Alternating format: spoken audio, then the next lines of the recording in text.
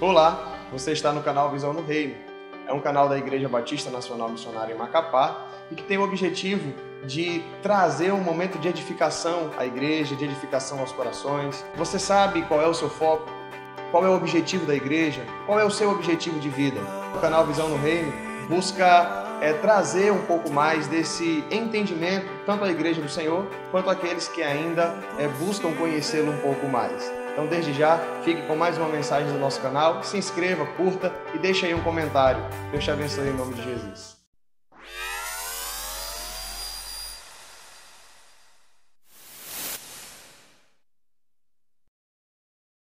Vamos abrir nossas Bíblias em Atos capítulo 2. Atos 2. E hoje a gente vai conversar sobre um novo normal. O que seria isso, né? Meus amados, nós somos hoje mais de um terço da população brasileira, nós evangélicos.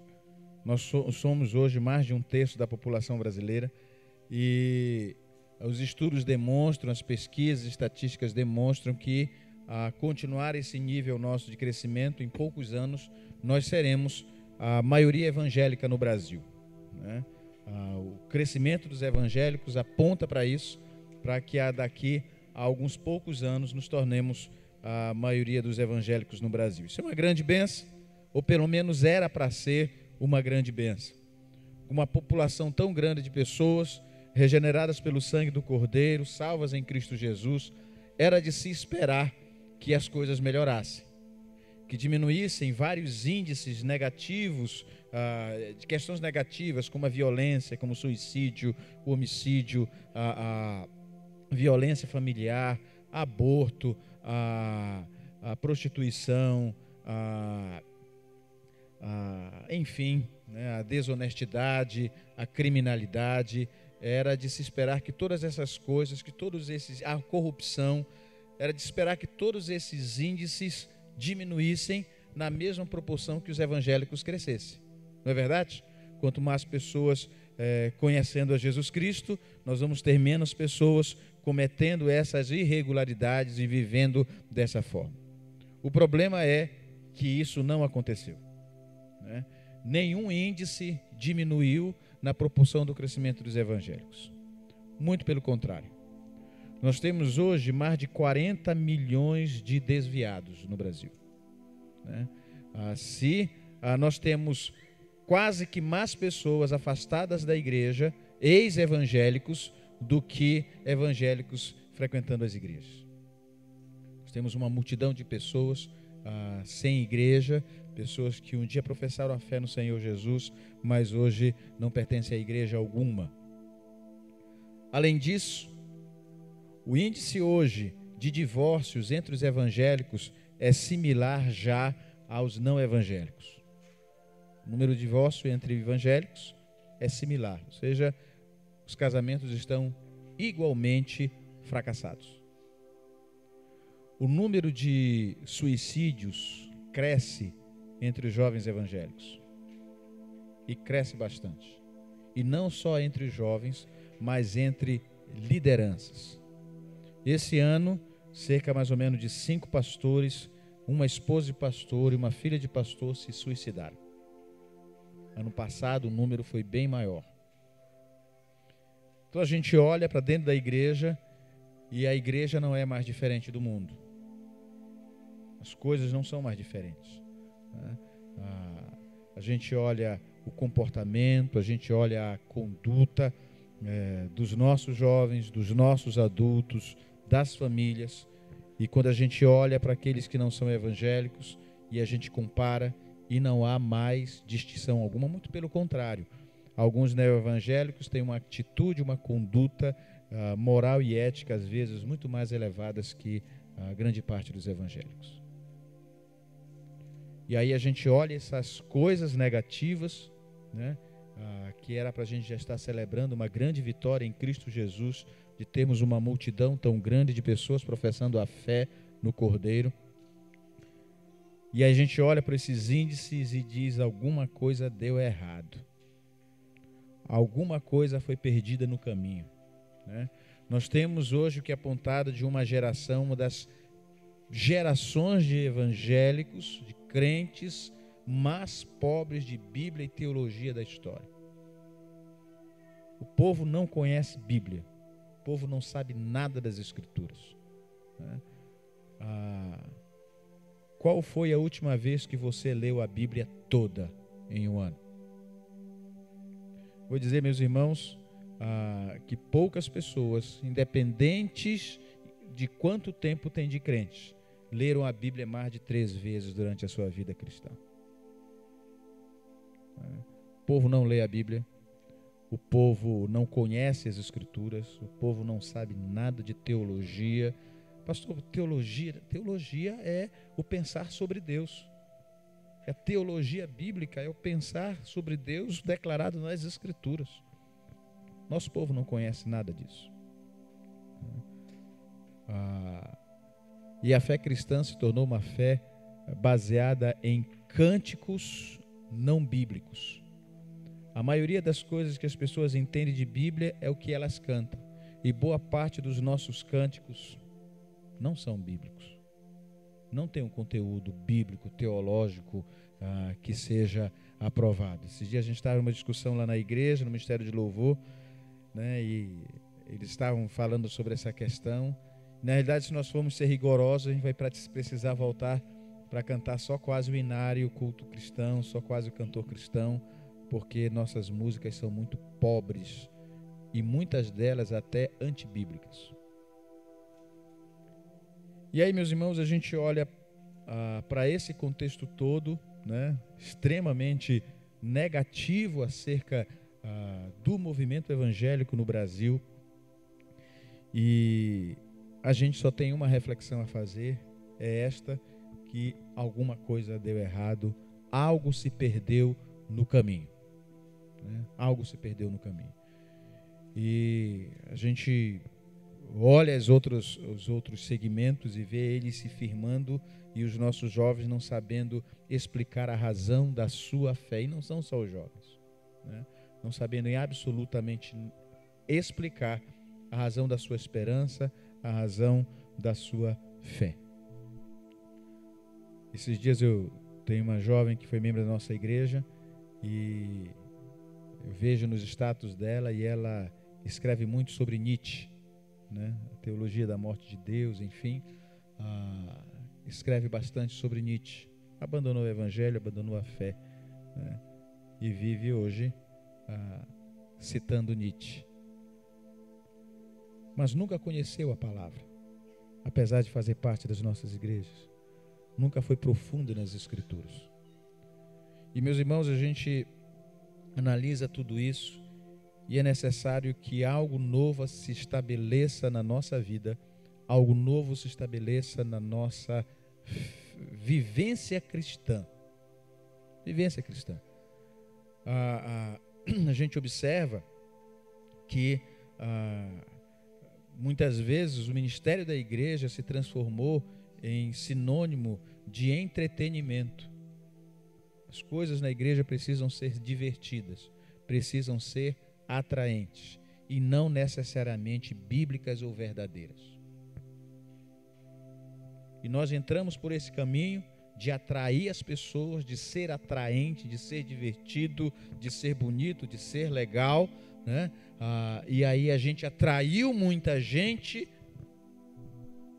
para viver tudo, menos o evangelho verdadeiro do Senhor Jesus Cristo.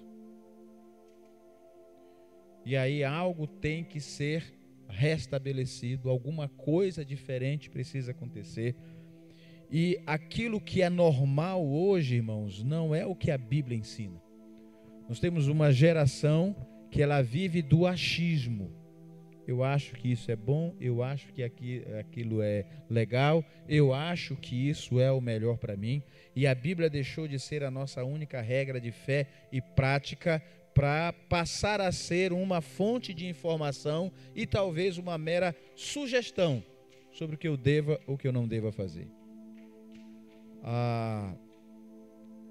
Dois casos interessantes que mostram como a nossa vou colocar religião cristã, um segmento evangélico, se afastou do evangelho de Cristo. Soube de uma igreja evangélica aqui em Macapá, em que uma mãe, numa reunião de oração, pediu a oração, que aquele grupo de oração estivesse intercedendo ao Senhor, porque para que a sua filha estava num relacionamento e que ela fosse feliz nesse relacionamento, que Deus abençoasse e que Deus lhe desse êxito nesse relacionamento que ele estava, e que a grande dificuldade é que a esposa dele não queria se separar. E ela pediu oração para que Deus abençoasse esse relacionamento extraconjugal. Um dia, uma das nossas filhas chegou faz anos isso, de uma reunião de nossas células, e a gente perguntou como é que foi lá, foi bênção, foi bom e tudo mais, e aí ela falou sobre as coisas que eles quiseram, os assuntos que eles trouxeram para orar em casa, e um dos assuntos era que o divórcio de fulano saísse logo. E nós dizemos: você não vai orar por isso. Você não vai orar por isso, porque essa não é a vontade de Deus. Mas vocês percebem como as coisas se tornaram ambíguas, como nós perdemos noção dos valores cristãos. Nós éramos pastores numa igreja, né?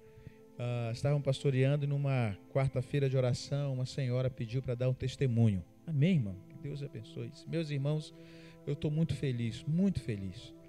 Muito feliz porque eu estava com um problema em casa, a minha conta de luz já estava vencida, ia ser cortada. E aí eu lembrei que eu tenho um conhecido que trabalha lá na Sé. E, meus irmãos, que bênção. Ele conseguiu apagar minha conta, ele tirou minha conta dali. A conta da minha casa não vai ser mais cortada. Disse: meu Deus, misericórdia. Nós perdemos noção da santidade de Deus, das exigências de uma vida cristã segundo a vontade de Deus, do que é verdadeiramente ser um filho de Deus. Mas graças a Deus não é só de experiências ruins que a gente vive, né? Então deixa pelo menos eu dar uma notícia boa para os irmãos, né? Teve um irmão, ele contou o testemunho dele lá na igreja, e ele era agiota, né? E ele se converteu ao Senhor Jesus. E ele foi para a célula do irmão Antônio, um discípulo nosso. E ele foi para a célula, e nessa célula estava falando sobre a mensagem do domingo à noite, a santidade. E ele chegou na casa dele e ligou para o eletricista. Disse: olha, vem aqui amanhã cedo que tem uma missão para você aqui, serviço para o senhor. O rapaz chegou lá, acho que deu algum problema. Disse: não, eu quero que você suba e tira todos os gatos que tem nessa casa, porque ontem eu aprendi que nós precisamos viver correto diante de Deus. E aí ele tirou todos os gatos. Ele tinha uma concessionária de carros usados. Ele disse: pastor, eu vou me desfazer desse negócio. E ele se desfez mesmo, porque eu altero o velocímetro. Aquele que conta o velocímetro não, que conta o quilômetro, né? Para o carro parecer com menos quilometragem. E pastor, é muita coisa que a gente faz. Não tem jeito de vender carro aqui sem estar mentindo. E eu sei que agora eu não posso mais mentir, né? E ele se desfez do negócio. Para resumir a história, hoje ele está na cidade de Catalão, tem uma rede de hotéis, largou a agiotagem, vendeu as armas, se desfez das armas que ele tinha, né? Hoje ele é um servo de Deus, um homem de Deus, e toda a família serve ao Senhor. Glória a Deus por isso, né? Há pessoas que pagam o preço. Ele teve prejuízo com isso? Muito prejuízo. Perdeu muitos mil-reais nesse processo dele, mas hoje vive como um servo do Senhor Jesus. Meus amados, algo novo precisa ser estabelecido dentro do povo de Deus. Ou nós não sabemos de fato, nós vamos estar que nem nos Estados Unidos, que é preciso se reevangelizar, ou toda a Europa, que hoje a fé cristã é mínima em muitos países da Europa, porque a secularização tomou lugar, eles perderam essa identidade com o Cristo, com o verdadeiro Evangelho. Há um movimento nos Estados Unidos, liderado pelo pastor John Piper, que fala sobre de volta ao Evangelho, que é justamente essa questão da gente retornar aos princípios. O que é normal hoje, no nosso meio, não é o que a Bíblia diz. Não é a forma de vida que a palavra de Deus orienta que nós precisamos viver. O que é normal no nosso meio é nós não orarmos. O que é normal em nosso meio é nós não lermos a palavra. O que é normal em nosso meio é nós termos uma vida moral e ética de baixo nível. O que é moral em nossos dias é nós termos relacionamentos extraconjugais dentro da igreja do Senhor Jesus. O que é normal nos nossos dias é nós passarmos 20 anos como cristãos e não ganharmos uma pessoa para Jesus, não discipularmos absolutamente ninguém. O que é normal para nós hoje é vivermos absolutamente igual como nós vivíamos antes de aceitar a Cristo e às vezes até pior. O que é normal hoje é a gente vir para a casa do Senhor Jesus, adorar a Deus, levantar as mãos, chorar e passando da porta, o negócio come. Um novo normal precisa ser estabelecido no meio da igreja do Senhor Jesus. Coisas novas precisam ser restabelecidas e restauradas e firmadas dentro do corpo de Cristo. E meus irmãos, o novo que nós precisamos viver no meio das nossas igrejas é velho, é antigo, é uma volta ao princípio, ou volta aos princípios, né, que nós comentamos hoje aqui à tarde, né, conversamos com os irmãos sobre os princípios da palavra de Deus. E é nesse contexto que nós vamos ler Atos capítulo 2, verso 37. Ouvindo eles estas coisas, compungiu-se-lhes os corações e perguntaram a Pedro e aos demais apóstolos: que faremos, irmãos? Respondeu-lhes Pedro: arrependei-vos e cada um de vós seja batizado em nome de Jesus Cristo para a remissão dos vossos pecados, e recebereis o dom do Espírito Santo. Pois para vós outros é a promessa, para vossos filhos, para todos os que ainda estão longe, isto é, para quantos o Senhor nosso Deus chamar. Com muitas outras palavras deu testemunho e exortava-os, dizendo: salvai-vos desta geração perversa. Então os que aceitaram a palavra foram batizados, havendo um acréscimo naquele dia de quase 3.000 pessoas. E perseveravam na doutrina dos apóstolos, na comunhão, no partir do pão e nas orações. Em cada alma havia temor. Muitos prodígios e sinais eram feitos por intermédio dos apóstolos. Todos os que creram estavam juntos, tinham tudo em comum, vendiam as suas propriedades e bens, distribuindo o produto entre todos, à medida que alguém tinha necessidade. Diariamente perseveravam unânimes no templo, partiam o pão de casa em casa e tomavam as suas refeições com alegria e singeleza de coração, louvando a Deus e contando com a simpatia de todo o povo. Enquanto isso, acrescentava-lhes o Senhor dia a dia os que iam sendo salvos. O novo normal que nós precisamos estabelecer na igreja é voltar ao princípio. É voltar à prática cristã da igreja verdadeira do Senhor Jesus. Uma igreja que diz a palavra que eles perseveravam na doutrina dos apóstolos. Eles conheciam as Escrituras. Eles conheciam da palavra, eles entendiam da palavra. Mas não somente entendiam na palavra, eles praticavam a palavra. Eles traziam a palavra para dentro deles. Uma vez eu estava conversando com uma senhora que tinha uma grande mágoa no coração e ela era irada contra um irmão da igreja, não era aqui em Macapá, era em outro ministério.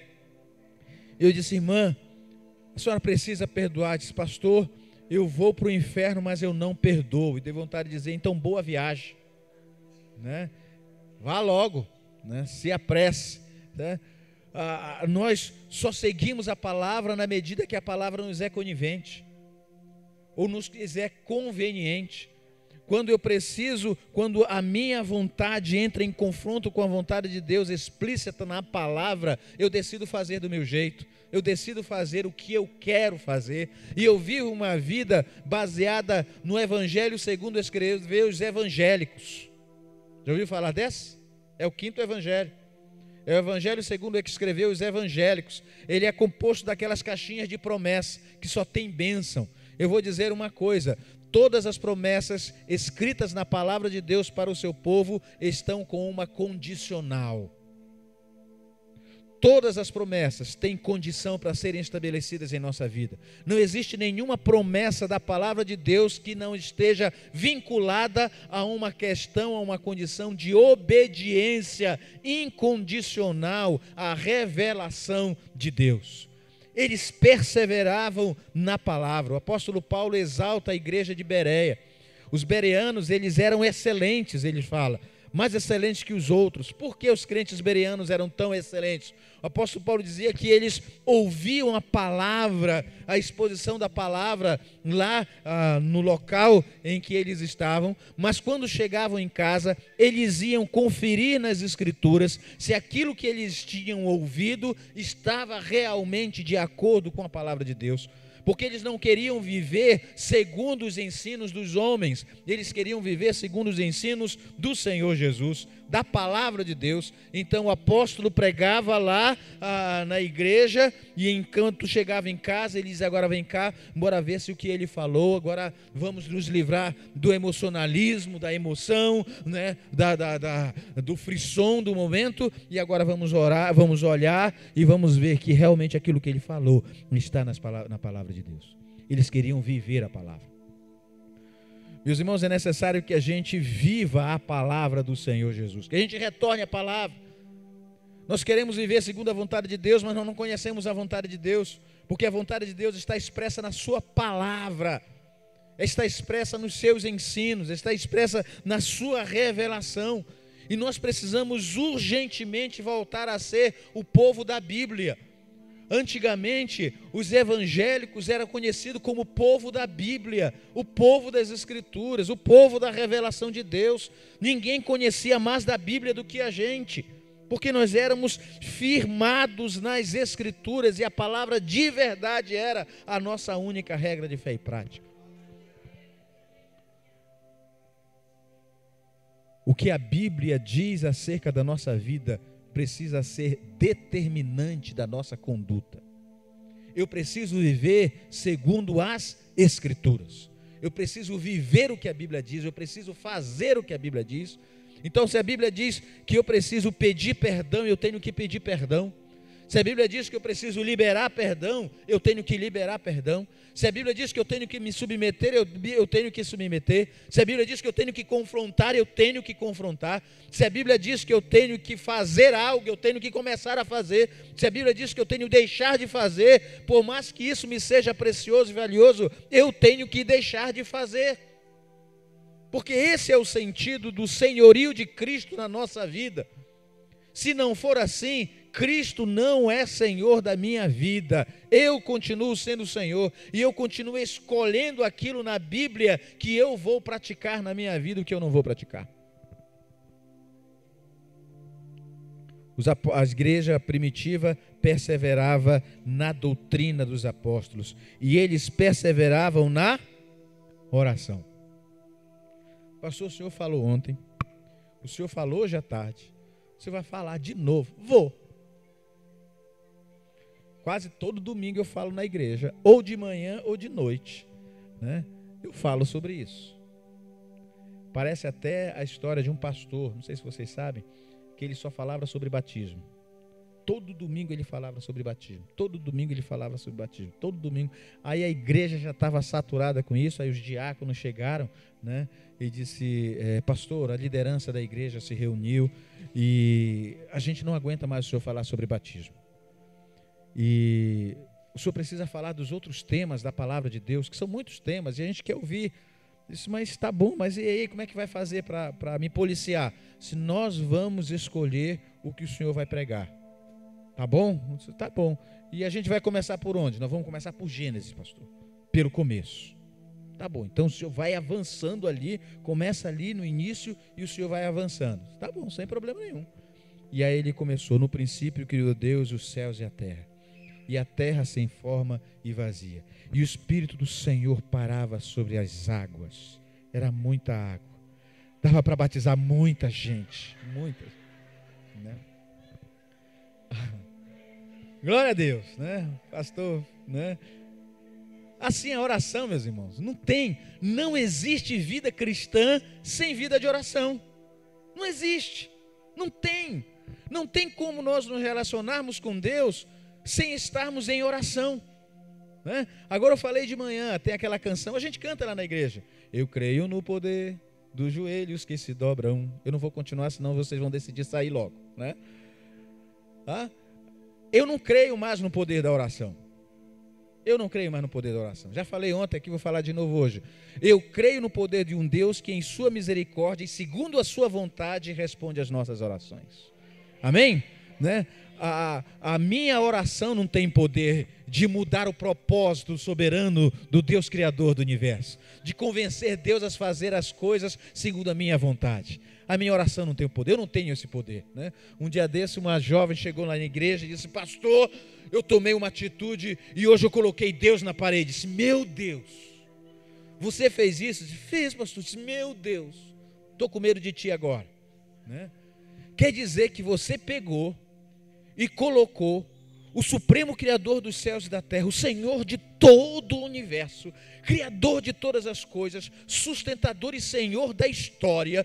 Você pegou esse ser maravilhoso, todo-poderoso, eterno, sem fim, conhecedor de todas as coisas, que nada está limitado ao seu poder. Você pegou ele e colocou ele na parede? Pastor. Esse menino, ou você é muito poderosa, ou teu Deus é muito pequeno, não é o mesmo do meu não. Eu não mando nem na mulher. Alvará, quindirá, javali, não é não? Aí a gente acha o poder da oração. Que poder, mano? Existe um Deus todo poderoso, Criador dos céus e da terra. Ele é poderoso e a gente chega a Ele em humildade, chega a Ele em oração e pede a misericórdia dEle. E Ele, em sua misericórdia, em sua graça, olha para nós e diz: eu vou ter piedade do mestre Coringa, né?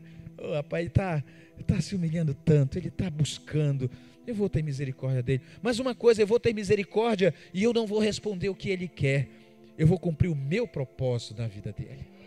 E eu vou levar ele a entender o que eu tenho preparado para a vida dele, como aquilo que eu tenho preparado para a vida dele é muito mais abundantemente além daquilo que nós podemos pensar ou pedir, segundo o poder dele que opera em nós. Oh, glória a Deus! Não é assim a palavra? Louvado seja Deus!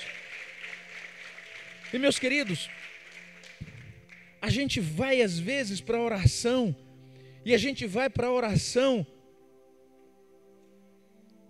com o nosso coração cheio de nós mesmos. E a palavra do Senhor diz que nós não sabemos como pedir, nós não sabemos pedir como convém, porque nós estamos pensando em nós. Quer ver uma coisa? Olha lá, tem coisas tão cristalizadas, por isso que a gente fala que a gente tem que retornar, por isso que o negócio deu errado, está dando errado. Aí tem uma frase que eu já disse muitas vezes, e eu sei que vocês conhecem: pouca oração,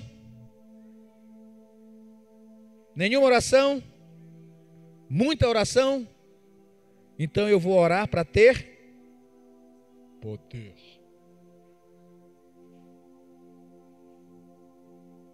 Uma vez nós estávamos, os jovens, reunidos ali na primeira igreja, e a gente reunia toda sexta-feira para orar. Nossa geração foi uma geração de muita oração, né? Muita oração. Tem muitos pastores, muitos amigos meus daquele tempo da primeira igreja batista ali de Macapá, ali da Avenida Fábio, muitos pastores, muitos missionários, muita gente boa, uma geração que gerou muitos líderes da denominação hoje, foram geradas nessa época. E a gente orava muito toda sexta-feira, e um dia o pastor Kelson, que era o nosso pastor, foi o meu discipulador. ele foi para o culto, para uma dessas vigílias, e aí foi dada a palavra para ele, e ele disse, por que vocês estão orando aqui? Eu disse, não, porque a gente quer buscar a presença do Senhor. Para quê? Sabe, porque a gente começou a responder, né? Porque a gente quer o Espírito Santo em nós, amém. Por quê? Porque nós queremos o poder de Deus. Tudo bem, para quê? Porque nós queremos os dons do Espírito Santo em nós, fluindo através de nós, amém. Por quê? E aí ele foi perguntando, e chegou uma hora que a gente cansou, né? Não tinha mais o que dizer. E ele disse, olha, vocês estão extremamente equivocados. O Senhor Jesus disse, recebereis poder ao descer sobre vós o Espírito Santo. E o que ia acontecer? E vocês serão minhas testemunhas. Só existe uma motivação para nós nos enchermos do Espírito Santo, nos tornarmos poderosos testemunhas do Senhor Jesus, do seu agir na nossa vida. Não é para a gente ficar levantando a mão e levando a pessoas a se emocionarem, não tem nada para eu levantar a mão, viu, irmãos? Glória a Deus, toda manifestação de louvor, de adoração, ela é positiva, feita com o coração em Deus, enfim, deixa o Senhor abençoar aí, né? Mas a gente precisa entender, né, que o poder de Deus tem um propósito. O poder de Deus tem uns propósitos, nos fazer testemunhas eficazes do Senhor Jesus para levar pessoas ao conhecimento da verdade de Cristo e estarem rendidas ao pé da cruz. Amém, meus queridos? Estamos juntos? Não me manda embora logo daqui que ainda tem muita coisa ainda, né? Então, a gente precisa restaurar. O que é oração? Oração é intimidade com Deus. Oração é o protocolo do meu Pai. Oração é para estar na presença do Senhor Jesus. E meus irmãos, a nossa oração devia ser não para pedir. A nossa oração devia ser simplesmente para estar em comunhão com Deus, para estar no colo do nosso Pai, para estar ali, né? Uma vez eu até pouco tempo eu falava isso, mas não falava muito contente, mas hoje até que mudou, graças a Deus mudou o meu pensamento. Uma vez fui orar de madrugada, né?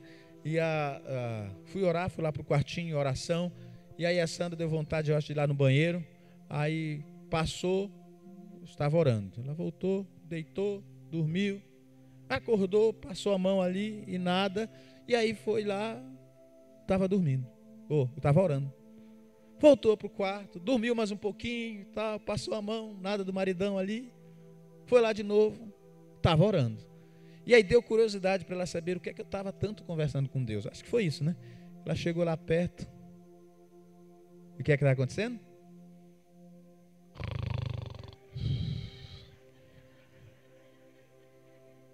Mas sabe o que eu aprendi recentemente? Que não tem coisa mais gostosa para um pai do que o filho dormir no colo dele. Então não se incomode. Pastor, Deus, eu estou cansado. Ora e dorme no colo do Pai, dorme no colo do Senhor Jesus, não tem problema, só cuidado com a posição para você não ficar com problema na coluna no outro dia, não é não?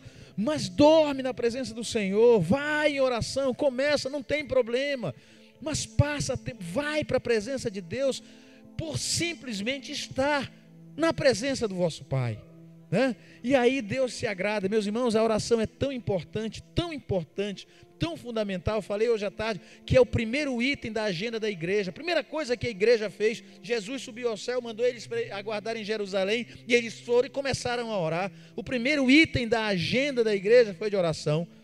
Mas a oração é tão importante, os discípulos viram Jesus fazendo coisas tremendas. Os discípulos viram Jesus curando os enfermos, viram Jesus ressuscitando os mortos, os discípulos viram Jesus operando maravilhas, o mar parou, a tempestade cessou, Jesus andou sobre o mar, foi aquela coisa danada. Eles viram Jesus fazendo de tudo, pregações tremendas, mensagens fantásticas, sabe? Que viraram a história, enfim, viram coisas tremendas. Mas eles pediram uma coisa para Jesus. eles só pediram para Jesus ensinar eles a fazerem uma coisa. Vocês sabem o que é que foi? Eles disseram: Senhor, ensina-nos a orar. Porque eles sabiam que tudo aquilo que Jesus fazia e vivia era reflexo da sua vida de oração, da sua intimidade com o Pai. Então, meus irmãos, um novo normal que precisa ser estabelecido. Apego às Escrituras. Que isso se torne normal entre nós. Que falar sobre a palavra se torne normal. Que citar as Escrituras se torne normal entre nós. E que viver a palavra, que sermos pessoas de oração, de verdade, não aquela oração religiosa, mas estar na presença do Senhor, pela presença do Senhor. Estou dirigindo, estou conversando, estou batendo um papo com Deus, estou fazendo minhas coisas, né? Quando estou mergulhando, eu adoro a Deus, né? O meu tempo bom, o meu tempo saudável de mergulho é de 1 minuto. Eu consigo chegar até 3 minutos e 17, que eu já cheguei, né? Mas o meu tempo saudável, porque eu preciso descer, ficar lá e subir, né? Então eu fico lá, aí eu começo. Tu és digno. Eu canto essa canção em 1 minuto, certinho, cronometrado. Não preciso ficar olhando o relógio. Então quando eu chego lá no fundo, eu começo. Tu és digno, aparece Tucunaré, tu és digno, bora, né? Eu estou louvando a Deus. Às vezes a gente passa o dia todo e eu estou lá. Estou louvando a Deus todo o tempo, a gente meditando na palavra do Senhor, cantando hinos, meditando no Senhor. Me fiz entender? A igreja, eles perseveravam na doutrina dos apóstolos, eles perseveravam na oração e eles perseveravam na comunhão, né? Na comunhão, estar juntos. Foi feita uma pesquisa em nível quase que mundial, né? Foi feita uma pesquisa que é conhecida como Desenvolvimento Natural da Igreja. Não sei se já teve acesso a esse trabalho, de um grupo alemão. Escreveram vários livros sobre isso. E eles queriam descobrir quais são os fatores de desenvolvimento da igreja, né? É conhecido como desenvolvimento natural da igreja. E eles pesquisaram igrejas de várias denominações, igrejas pentecostais, igrejas neopentecostais, igrejas tradicionais, igrejas hipertradicionais, igrejas históricas, de todos, igrejas que tinham um louvor extremamente contextualizado, igrejas que só tinham um piano e só tocavam músicas, né, de trocentos anos, enfim, né? Igrejas de todos os segmentos, e viram igrejas em desenvolvimento, igrejas crescendo em todos os ambientes, e eles viram que nenhum dessas questões são questões de crescimento. E eles pesquisaram quais são as questões que realmente estão presentes em uma igreja que está em expansão, em crescimento, uma igreja forte e saudável. Encontraram 7 coisas que eles que são os 7 padrões de qualidade da igreja. Mas sabe qual uma deles? Uma pergunta que todas as igrejas que estavam em decadência tinha pouco, e todas as igrejas que estavam em crescimento, em desenvolvimento, expansão, tinha em alto nível. Eu tenho certeza que vocês não vão imaginar o que é isso. A pergunta era: vocês riem juntos? Meus irmãos, as igrejas que diziam que eles passavam muito tempo rindo juntos, que eles riam muito juntos, que eles gostavam de estar juntos, eram as igrejas que mais estavam desenvolvendo. E a gente vai para a palavra e diz, né? E nisto conhecerão que sois meus discípulos, se vos amardes uns aos outros. E você já vê alguém amar o outro sem gostar de estar junto? Já viram? Não, eu te amo, mas não chega perto, né? A marca da igreja é o amor. A comunhão é a gente estar em comum união. A gente gostar de estar junto. A gente gostar de estar perto. A igreja primitiva, ela vivia em comunhão. E é isso, irmãos, um dos fatores principais da vida da igreja. Estarmos em união, estarmos em unidade, passarmos tempo juntos, e cada vez mais tempo. O que acontece hoje, infelizmente, na maioria das igrejas, é que a gente vem para o culto, a gente celebra a presença de Deus, glorifica o Senhor e tudo mais e tal, aí termina o culto e cada um vai para o seu canto.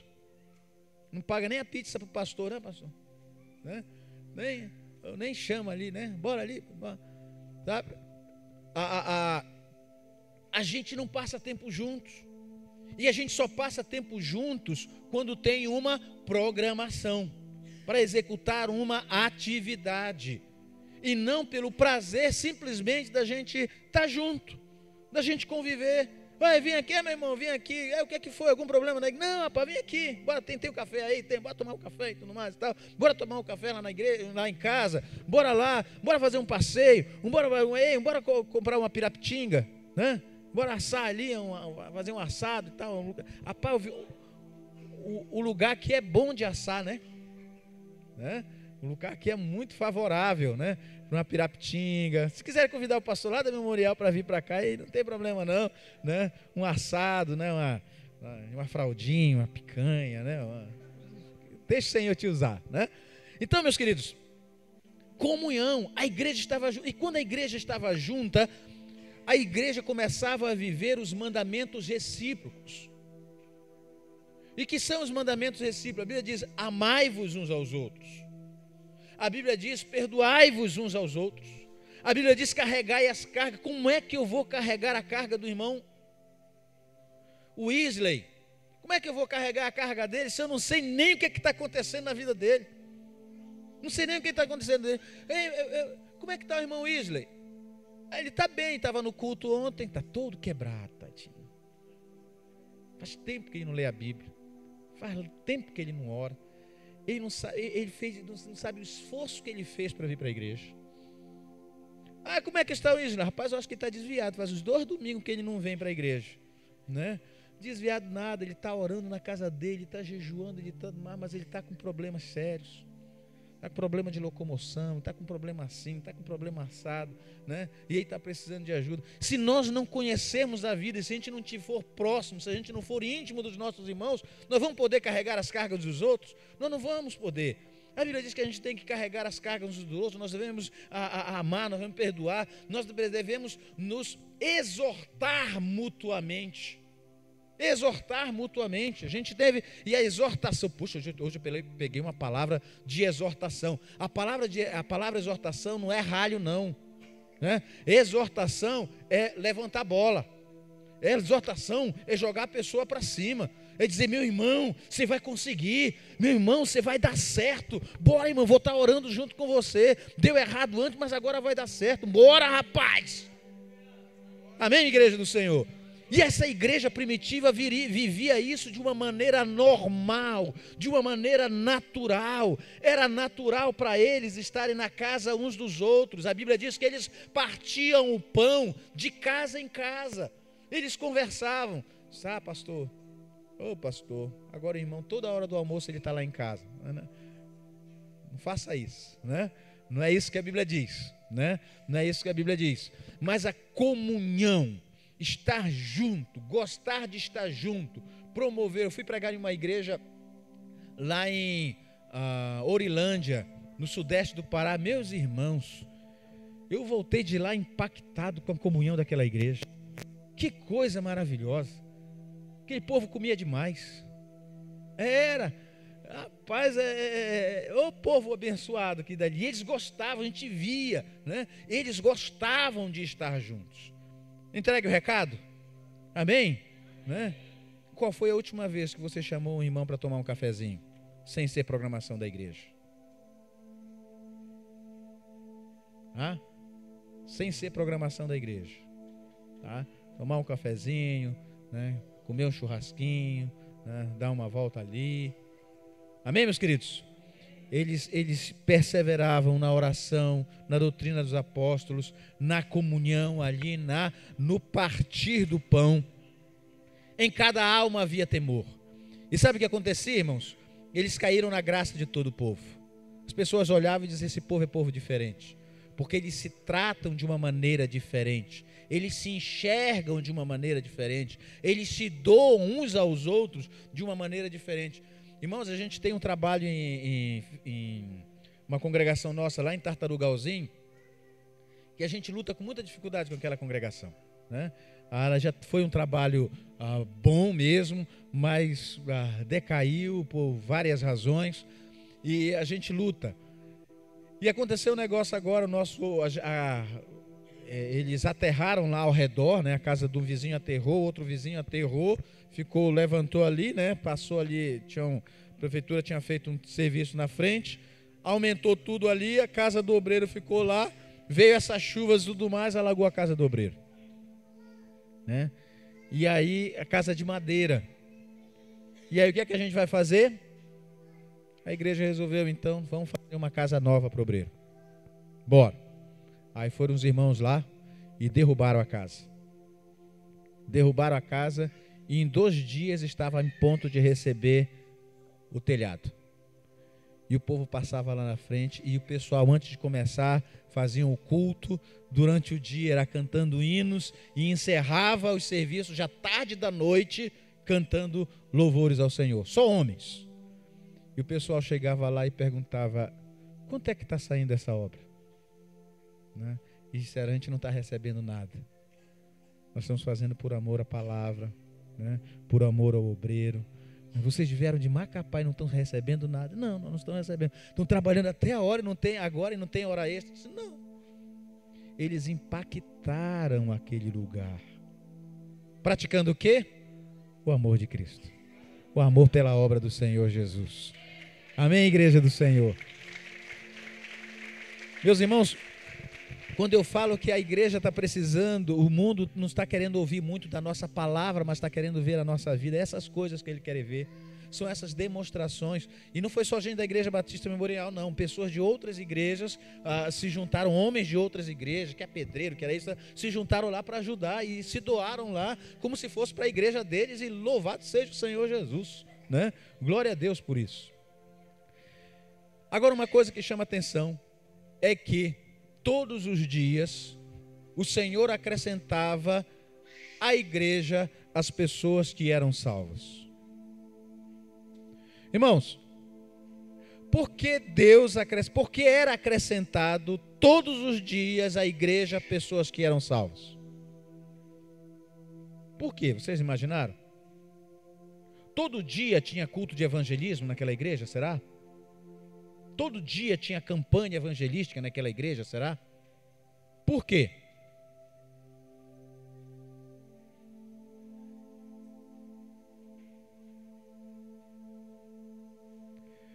Porque era normal para eles compartilhar o evangelho entre os seus relacionamentos. Eles estavam no trabalho, né? E apareceu a oportunidade e eles, apresentavam o Senhor Jesus. Eles pediam para orar. Algum amigo dizia que estava com problema de saúde em casa. Eu estou com problema, minha esposa está doente. Se eu posso orar por você? Orar? O que é orar? Orar é rogar a Deus. E olha, Deus tem respondido às orações. Olha, esses dias tinha uma pessoa coxa, aleijado lá, e nós oramos, ele foi curado. Olha, esses dias a pessoa estava muito ruim, nós oramos, foi curado.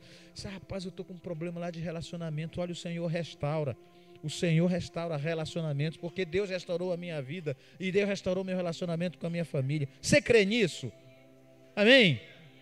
Então, eles viviam, para eles era normal compartilhar nos seus relacionamentos. Então, eles aproveitavam toda a oportunidade para compartilhar Jesus. Então, lá tinha gente se convertendo na segunda, na terça, na quarta, na quinta, na sexta, no sábado, no domingo. Tinha todo dia, tinha gente sendo acrescentada à igreja. E eles eram acrescentados à igreja porque eles eram cuidados. Eles chegavam na igreja e eles eram envolvidos. E quem passava a frequentar aquela igreja, eles começavam a perseverar na doutrina dos apóstolos, eles começavam a perseverar na oração, eles começavam a partir do pão, porque o pessoal ia na casa dele, ou convidava ele para ir na casa do outro, e eles viviam de uma forma intensa, mas muito natural, essa nova normalidade.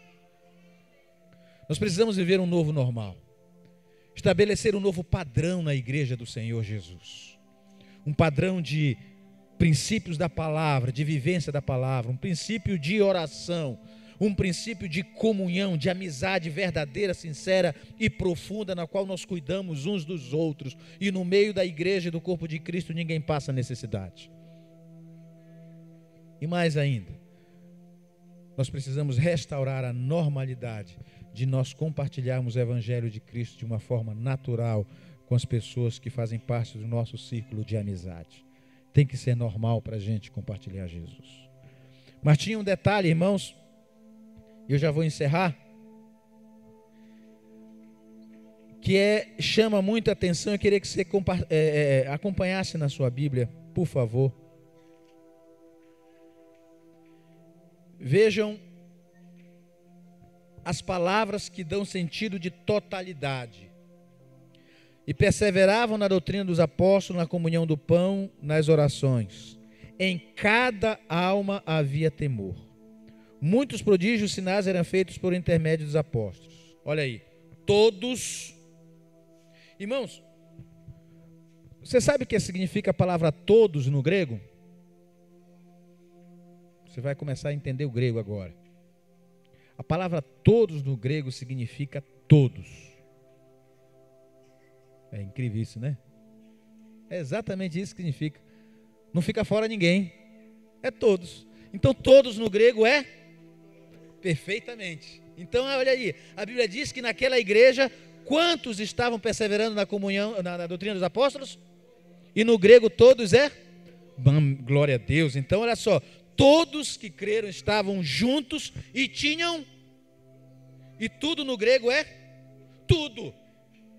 Eles todos perseveravam e tinham tudo em comum, vendiam as suas propriedades e bens, distribuíam o produto entre todos, à medida que alguém tinha necessidade. Diariamente perseveravam unânimes. Unânime significa todos. Unânime, não ficava ninguém de fora. Todos eles estavam orando. Todos eles estavam orando.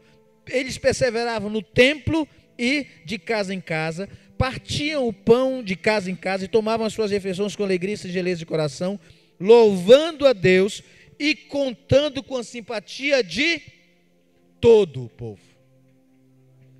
E o resultado dessa totalidade era que eles caíam na graça e o Senhor acrescentava à igreja aqueles que iam sendo salvos. A igreja fazia a sua parte e Deus fazia a dele. Falei hoje de manhã que não há programa, não existe programa de crescimento de igreja, porque quem faz a igreja crescer é o Espírito Santo. Agora nós precisamos fazer a nossa parte. Qual é a nossa parte? É a oração. Aquela igreja, todos estavam em oração, todos estavam perseverando na doutrina, todos estavam trabalhando para estar suprindo as necessidades uns dos outros e sendo apoio uns para os outros. E as pessoas de fora viam isso, a alegria, a singeleza de coração. Eles olhavam e ficavam apaixonados pelaquela igreja e queriam conhecer daquele negócio. E quando eles iam conhecer, o Espírito Santo agia, transformava as vidas, salvava as pessoas e acrescentava à igreja aqueles que iam sendo salvos. Sabe qual é o método de Deus para fazer a igreja crescer? Diga assim: eu, cheio do Espírito Santo. Amém? Esse é o método de Deus, o método preferido do Senhor Jesus. E as outras coisas, pastor, estrutura e tudo mais e tal, isso daí são organizações que a gente faz, já expliquei hoje à tarde, para garantir que todas as pessoas sejam atendidas em suas necessidades e não percam a sua bênção. Mas quem faz a igreja crescer é o Senhor Jesus Cristo. Através de quem? Através de mim, cheio do Espírito Santo. Amém? Que se estabeleça um novo normal no meio da sua igreja. Que a igreja viva um novo tempo. E qual é esse novo tempo? De volta aos princípios. De volta aos princípios da palavra de Deus, daquilo que é fundamental, daquilo que é a base da nossa fé. E que através disso nós consigamos viver o pleno evangelho e o completo evangelho do Senhor Jesus. Estamos juntos? Vamos orar? Vamos orar? Feche seus olhos. Senhor Deus, louvado seja o teu nome. Estamos na tua presença, Senhor, santa e poderosa. E em misericórdia, Senhor, viemos aqui nos colocar diante do teu altar, Senhor. Queremos ser teu método, queremos ser a tua metodologia, queremos ser o teu instrumento, queremos estar nas tuas mãos para fazer aquilo que te agrada, para fazer, Senhor, aquilo que Tu espera que nós façamos, mas também para ser as pessoas que o Senhor espera que nós sejamos, Senhor. Nos eleva, ó Deus, a um plano de espiritualidade mais elevado, que essa nova normalidade, uma normalidade dos Teus princípios aplicados às nossas vidas, se torne algo natural em cada um de nós, que conheçamos a essência do Senhor, que vivamos a essência do Teu Evangelho e que a Tua palavra volte a ser determinante da nossa conduta, que não façamos aquilo que nos agrada, aquilo que nos é conveniente, mas exatamente aquilo que está escrito na Tua palavra, que vivamos de acordo com a Tua palavra. Senhor, nos incomoda a ponto de sentirmos a necessidade de estar na Tua presença, de cultivar uma intimidade maior com o Senhor. Nos faz sentir vontade e saudade do nosso Pai. Estar na Tua presença para nós não seja uma obrigação, uma disciplina cristã que precisa ser desenvolvida, mas que seja, Senhor, o prazer de um filho que ama estar na presença do seu Pai, Pai. Obrigado, Deus. Enche-nos de amor uns pelos outros, Senhor. Enche-nos de cuidados fraternais, Senhor, uns para com os outros, que ninguém passe necessidade de ordem nenhuma dentro do Teu rebanho, mas que nós tenhamos todas as nossas necessidades assistidas, sejam elas psicológicas, emocionais, sejam elas espirituais, físicas, econômicas, que o Senhor esteja nos ajudando e nos orientando para que sejamos realmente uma comunidade de amor e cuidado, Pai. Nos faz viver um novo normal no meio da Tua igreja. Que, Senhor, esse plano satânico, maléfico que se estabeleceu no meio da Tua igreja, que fez com que nós perdemos a nossa identidade em Cristo Jesus, seja extirpado no nosso meio, e que venha o Teu reino, e que seja feita a Tua vontade no nome do Senhor Jesus. Amém. Amém. Pastorzão, glória a Deus.